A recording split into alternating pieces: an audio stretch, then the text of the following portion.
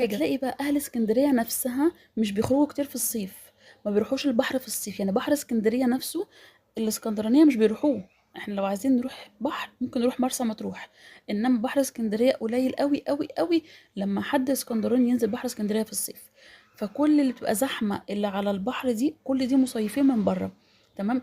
الحاجة بقى اللي ممكن تكون فعلا بتضايق الاسكندرانية اللي هي معاملة الناس المصيفين للبلد نفسها. يعني ممكن البحر طبعا على الطريق على الشارع ممكن تلاقي كده راجل طويل عريض طالع من البحر بلبس البحر بيعدي الشارع. فانت مثلا ماشي بعربيتك ماشي على البحر بعربيتك بتتفسح يا سيدي بعربيتك، تشوف مناظر غريبة جدا. تلاقي أطفال طالعة بلبس البحر، طبعا مش لازم أقول هو إيه بالظبط. تلاقي أطفال ماشية باللبس البحر على الشارع على الطريق. منظر مش حلو خالص، منظر مش حضاري، منظر يعني مقزز الصراحة. ممكن دي تكون الحاجات اللي بتضايق الاسكندرانية، إنما غير كده